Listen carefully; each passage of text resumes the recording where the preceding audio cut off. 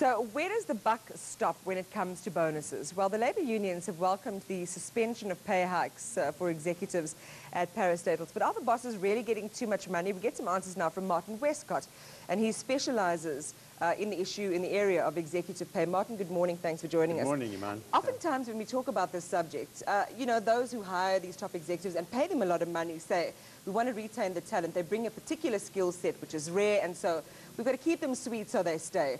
Does that wash anymore? Yes, I think it does, because I think you have to realize that we recruit for very scarce talents in South Africa, and at executive level we are short of skills.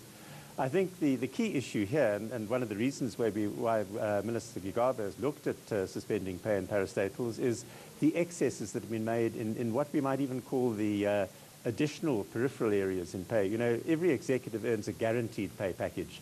And, regardless of performance? Yes, because that's what you pay to retain that skill in the organization. And if you look at the relatively new guidelines in the King 3 committee report, he suggests, or the report suggests, that the package should be balanced. So you have an almost equal opportunity to earn incentive pay. And the incentive pay focuses on achieving your specific objectives for the year.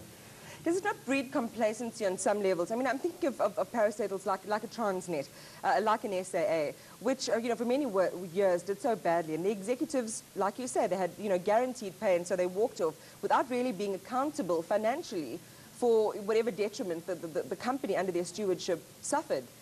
Should there not be a change in the way it's done? Yes, sure, you know, perhaps a retainer to retain the skills, but any incentivizing or bonus on top of that really linked to what the bottom line for the company was. Yes, I think that's where the problem has come in. You know, the excesses in the parastatal or state-owned enterprise organizations in recent years have been around issues like retention money.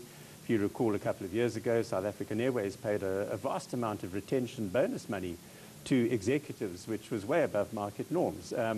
One of the specific objections made in this particular case here, is that he's been paid a 10 million rand bonus effectively after he's been fired or eased out for what appears to be poor performance. So those payments don't really bear any correlation with the performance of the executive, and that's where much of the difficulty lies. Right, Martin, so you're a smart guy and you watch the space quite closely. What would you say is the best outcome, particularly in the area of parastatals? Maintaining the balance of attracting and retaining great talent, but making sure that they do the job that they were hired to do effectively. Yes, I'd like to make 2 points. I think certainly the incentive package can recognize the way in which executives are awarded and tie that closely to what we call key performance activities. In other words, achieving measurable and well-defined performance objectives over a year. That's been done very, very loosely in many organizations in the past.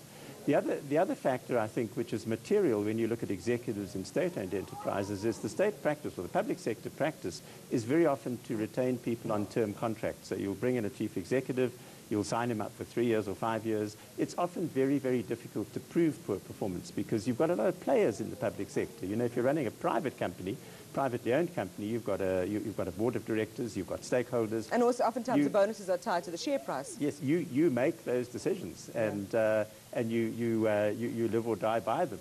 In the state sector, you look at a company like Eskom, for example, it's very, very difficult to negotiate your price increases, very difficult to negotiate, as we know from history, when you're allowed capital to expand your facilities. Yeah. So you've got many players involved, and it's many more players complex involved, job. and I think the reason the South African public takes it so personally is because our money is tied up there. Absolutely. You know, parastatals are being fed by taxpayers' money. Thank you so much for your time this morning, Martin. Appreciate that. Martin Westcott, who is the CEO of PE Corporate Services. All right, just in time for a quick weather update. After the break, Michael with the sports headlines. Stay with us.